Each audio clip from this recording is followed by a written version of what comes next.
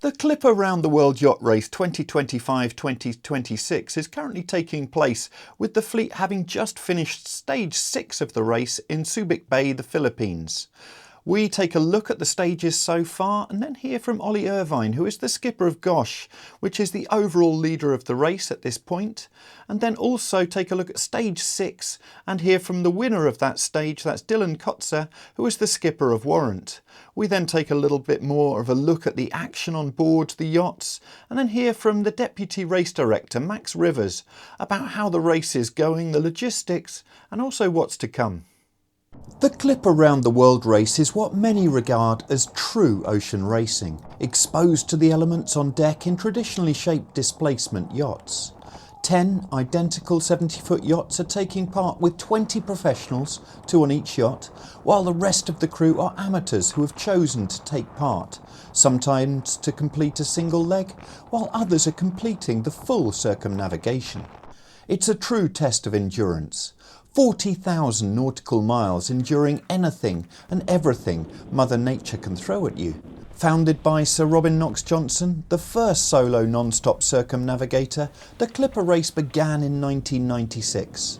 Since then, over 6,000 crew from 60 nations have participated in this global challenge. Becoming an ocean racer demands rigorous training. Every crew member, regardless of experience, completes 4 levels of Clipper race training to tackle the world's most challenging conditions.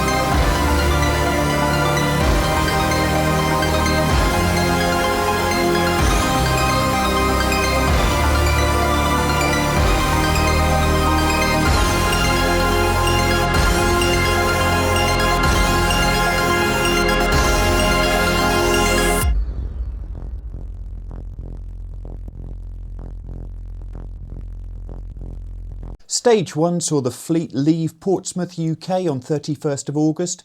They had a sprint down the Portuguese coast before going into Puerto Sherry in Spain for the finish, with Scotland winning, Gosh second and Power of Seattle Sports third. Stage 2 was a long one, with the fleet leaving Puerto Sherry in Spain and then heading down the African coast, past the Canary Islands and the Cape Verde Islands, before going into the doldrums, that's the intertropical convergence zone between the northern and southern hemispheres. There was then an ocean sprint on the Brazilian coast, and the fleet was still very tightly packed, with a lot of place changes going on, even though it was such a long leg, before heading into Punta del Este in Uruguay. The winner of the leg was Gosh, that is the Great Ormond Street Hospital, with London Business School second and Washington DC third. Stage 3 saw the fleet depart from Punta del Este across the South Atlantic. They were going to the south of the St Helena High, and about 3/4 of the way across they had an ocean sprint before heading into Cape Town, South Africa. We saw Gosh take their second win of the race, with London Business School second and Qingdao making up the podium. Stage 4 saw the fleet departing Cape Town, heading east across the Indian Ocean. This is where they go into the deep south, close to the ice gates. The cold comes in past the Kerguelen Islands. And 3/4 of the way across, they had an ocean sprint as they were heading towards Australia, and then ducking a little bit north, going towards the finish at Fremantle on that western coast. Gosh took their third win in a row, with London Business School second and UNICEF third.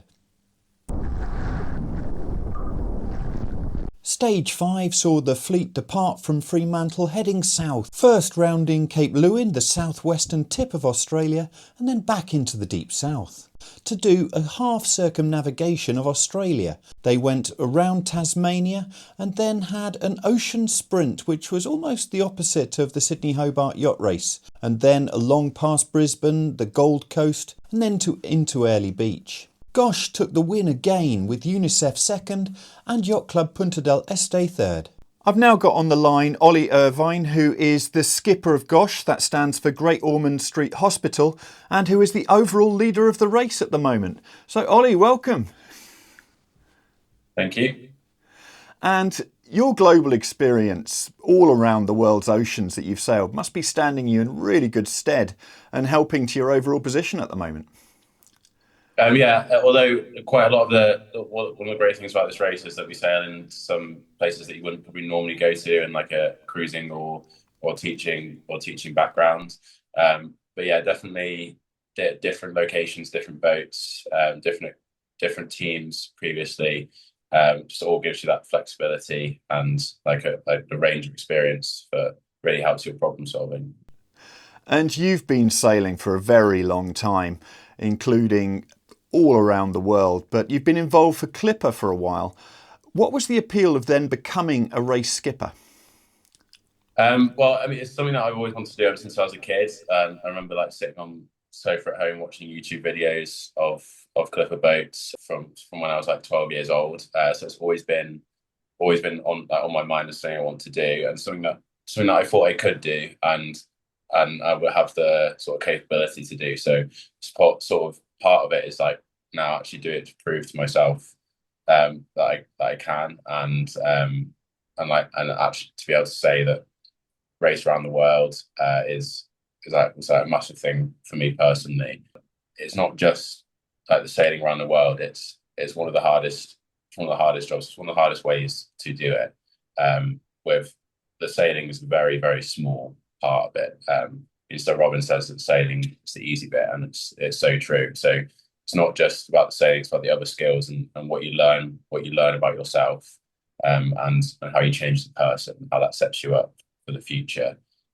Whatever go on to do, it's really a massive part of it as well. It's not just the sailing journey; it's the personal journey as well. This is one of the things about the Clipper race. You've got some people who are signed up for the duration and others just come on for single legs. And that must present some challenges. How do you overcome those? It's challenges. That there are challenges because you have to make sure that the people that are joining the team, firstly, that they stay involved in the team because they might do their training like a year, 2 years ago, and then they're joining a later leg. And so like 10 months have passed with the race before the last time we ever saw them when we left Portsmouth. So keeping them involved in the team and keeping them engaged and really bought into what we're trying to do is a challenge. And then when they do come onto the boat, obviously, so now we have 7 around the worlders on Team Gosh who have now got 25,000 miles together with me and Otto first mate. And their skills are quite exceptional at this point. As opposed to some crew members who might not have sailed in 18 months, then joining. What you don't want to have is that two teams within that boat. The people that are joining and need some refreshing might be a bit rusty, and the people who are like raring to go and are in it. So that is a challenge you have to manage to make sure that the whole team is developed and you don't get that split because that will really lead to a breakdown of the team cohesion. But then on the other hand, they've sailed 25,000 miles at this point and knackered. Like they're like we are. Like we're tired. We've been going a long way. It's a massive feat of endurance. Got a long way to go. So the energy that the joiners can bring is really powerful to us. Especially when they're buying into that culture. So as long as that is managed, and there is a clear set of values and a clear team ethos that we live by and actively try to follow, then it can be turned from what is potentially a challenge into a massive benefit to us as a team. You've been to some incredible destinations. What's been the highlight of the race so far? there's a lot of highlights for me personally. I've done a lot where I first started skippering off big offshore boats was out of Sydney Harbour when I was working for Flying Fish sailing over there as a yachtmaster instructor.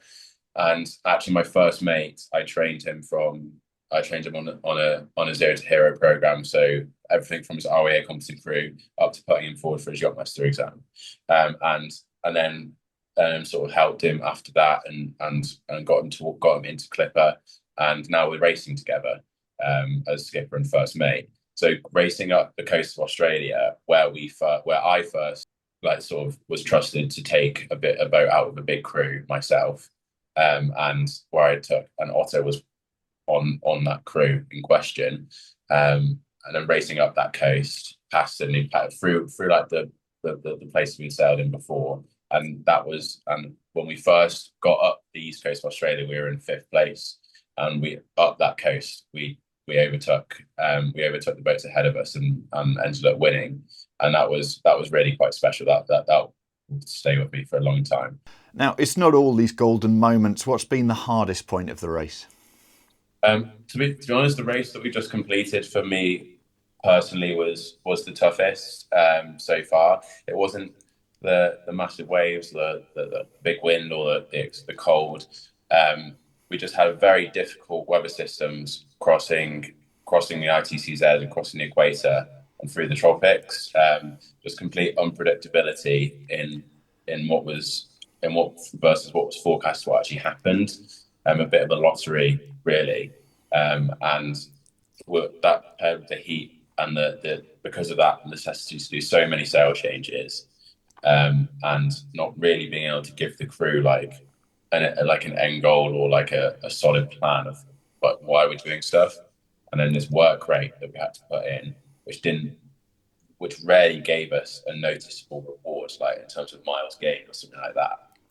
From like a motivational standpoint, that presented challenges to me as a leader, and it was quite easy to sort of let myself sort of spiral downwards and sort of question myself, doubt myself, and then pulling myself back up and then going out on deck, and presenting a positive outlook to the crew. That which is what is required in that situation. That did challenge me quite a lot, and just the time that was spread over was quite significant. So yeah, but then at the same time, that is part of what I said earlier. Is why it's one of the great things about the race. You learn so much about yourself. You learn how to deal with those situations, how to sort of stay with that pressure, and allow you to thrive under that pressure. And that's what the crew get from it. It's what I get from it. So then looking back, reflecting, it's a positive experience because of what we've learned from it. Everybody thinks about the doldrums in the Atlantic, but there to the east of Papua New Guinea up towards the Philippine Sea, you've got another intertropical convergence zone, and so you've got exactly the same challenges, just in a different place. Exactly, yeah.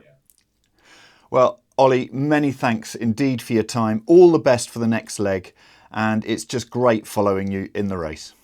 Thanks very much.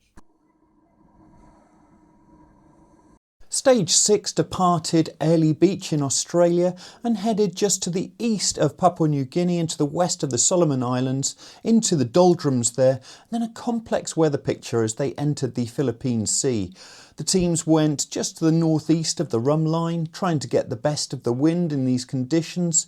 Very difficult conditions across this before they made the turn at the north of the Philippines, and then it was a battle between London Business School and Warrant all the way into Subic Bay. I'm now speaking with Dylan Kotzer, who is the skipper of Warrant and the winner of stage 6 of the race. So that was a challenging leg. You had a little bit of everything. You had a doldrums and intertropical convergence zone to cross. How did you find it overall? Yeah, stage 6 coming from Australia to the Philippines. Very, very interesting route. Great sailing conditions. As you said, a variety of different sections as we went through. long at sea. It was just over 3 weeks. Very challenging and tough at times. But yeah, we're just thrilled to pull off quite a big win for our team. So very chuffed. It looked initially on the tracker that you were taking quite a conservative route from the end of Papua New Guinea up through the Philippine Sea. And you were there or thereabouts, and your previous results haven't been greatest so far. So you must have just been pretty happy with where you were at that point. Yeah, absolutely. It was a very tactical leg, trying to all the boats trying to position themselves quite nicely. We went a little bit further north as we got closer into the Philippines. We saw some weather coming on its way, and we just wanted to create a better angle to sail on. So we managed to really do well in that. So it was very tactical and constantly having to be on your game in terms of squalls and wind shifts. Very, very busy leg. And at the turn at the top of the Philippines, you weren't in first place, and it's just that sprint down to Subic Bay. You had a couple of boats right on your tail, and then also it was Gavin Rees on London Business School who was just ahead of you. How did you lock it in and get the win? Yeah, we had a great race together with London Business School. We were kind of side by side all the way from the Doldrums corridor. Yeah, they pulled ahead a little bit as we tried to get our northerly route in. We had some big weather coming around the top of the Philippines, easily 50 knots, quite a tough sea state as well. Yeah, down the western side of the Philippines, past the Luzon was really challenging. We had the 50 knots and then coming into some pretty light airs and tricky patches. So we chose to stay a little bit further inshore, and I think it paid off for us. The team, when they came into Subic Bay, must have been absolutely elated. Yeah, big relief after crossing the finish line finally. It's great for the team. A huge spirit happening. We had our prize giving last night, and yeah, lots of energy. It's really good. They put in hard work, and it's great to have the results. And now we've got some proper belief in the team. We really hitting our straps now as this race progresses. So, got to keep it up from here. Well, Dylan, congratulations on the win and all the best for the next legs coming up. Great. Thank you, Mark. Thank you for having me.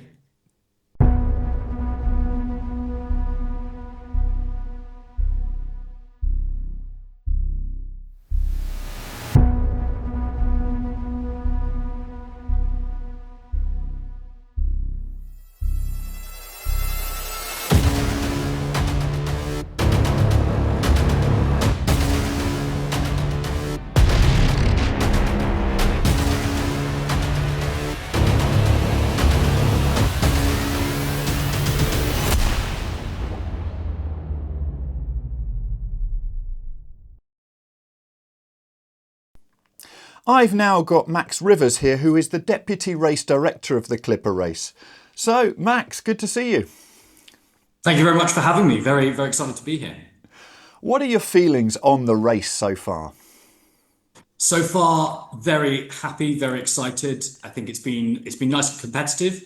Although we're midway through now, we've had one team have a little bit of domination at the top of the leaderboard. This leg certainly has shown up that all of that can change in an instant, and there's good competitiveness throughout the fleet.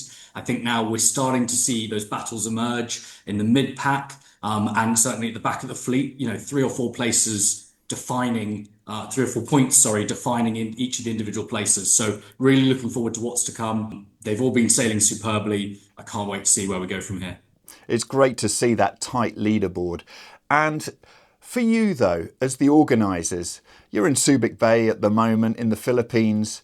The logistics of getting all of the equipment to all of the different ports must be a bit of a headache. It is. We're fortunate. We have a great logistics partner with Warrant, and we have a great logistics manager with Catherine Udy, who works for us.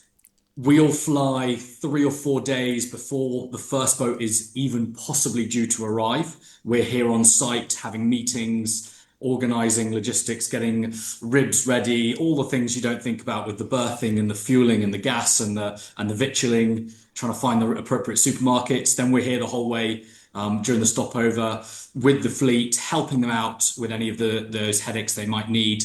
And then we're here till sort of 2 days after the fleet departs to make sure everything's smoothly cleaned up behind them. Loads of things to consider. We fly with, we have 4 containers and 2 leapfrog each other all the way around the world. And that's organised by Warrant, our logistics partner. One of those is full of branding, so all the amazing sites if you come and visit us, all the amazing kit and make sure that the places we go to look incredible. And one is our maintenance container full of spares. It slowly gets lighter and lighter as the race goes on, as we burn through those fleet spares. We also fly with a spare bag, so most of us carry a spare bag of bits and bobs that might be sort of last minute adjustments, things you can't get in various ports. We work with as many local providers as possible to try and get parts where we can locally, but it's a huge challenge and one we do not undertake lightly. Big and busy for the team. Now, we had that recent announcement of the RX yachts, and these look really exciting, but it must have provided an incredible amount of energy for the team.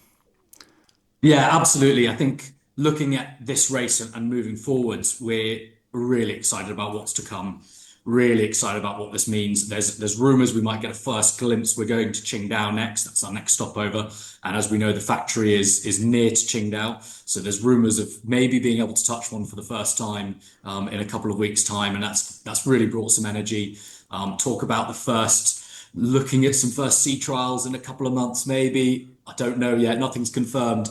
For me, being involved in the race, having raced as a skipper in the previous edition of the race, having been the deputy race director, and then looking at what's to come in the future, I'm hugely excited. I think it brings a lot of energy. It's something new. It's something exciting. They look, dare I say, quite sexy. And yeah, really, really keen to get on board and give them a thrashing and see what they can do. Well, Max, many thanks for your time. It is exciting times for the Clipper race as a whole, and all of the best with the rest of the race. Thanks so much for having me. Appreciate your time. On the leaderboard, we can see that Gosh, that's the Great Ormond Street Hospital, is the clear leader with 88 points. The scoring is made up of all of the different stages added together, and you can make a double pointer as well as to one of your stages, plus the scoring gate points and the ocean sprint points, and then subtracting any penalty points. When we take a look at Gosh's points, we can see there those wins in races 2, 3, 4 and 5, and the double points used on leg 4 making their 88 points. And then London Business School is in second. They've had now 4 second places in their legs, plus a 5th and a 6th, which makes them at the moment 9 points clear of Yacht Club Punta del Este, which is in 3rd place. And they've had 2/3 the last 2 races, which has given them a 5-point gap now over Scotland, who are in 4th place. An 8th in the last leg has put them just a little bit further away from Punta del Este. Thank you for watching today. We'll be bringing you more from the Clipper race on this channel, and a link to the tracker is available in the description of this video. If you enjoyed this, please do subscribe to this channel using the button down here, and take a look at sailworld.com and yachtsandyachting.com for all the latest news from the world of sailing.